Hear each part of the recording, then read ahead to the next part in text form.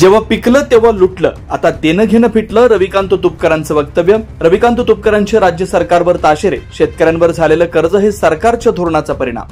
स्वाभिमानी शेतकरी संघटनेचे नेते रविकांत तुपकर यांनी आजपासून नाशिकमधून राज्याचा दौरा सुरू केलाय.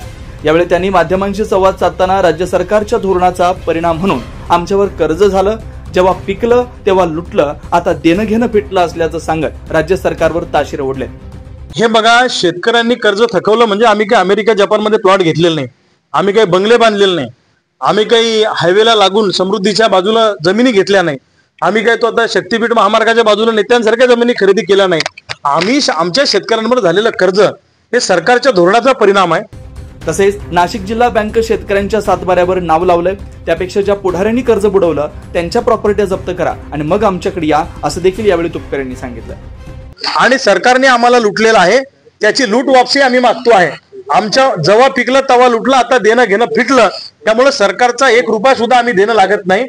तसेच कांद्याला कमीत कमी 2000 रुपये देण्याची मागणी देखील यावेळी रविकांत तुपकर यांनी केली. 9 न्यूज महाराष्ट्रासाठी प्रतिनिधी वैभव घुगे, नाशिक.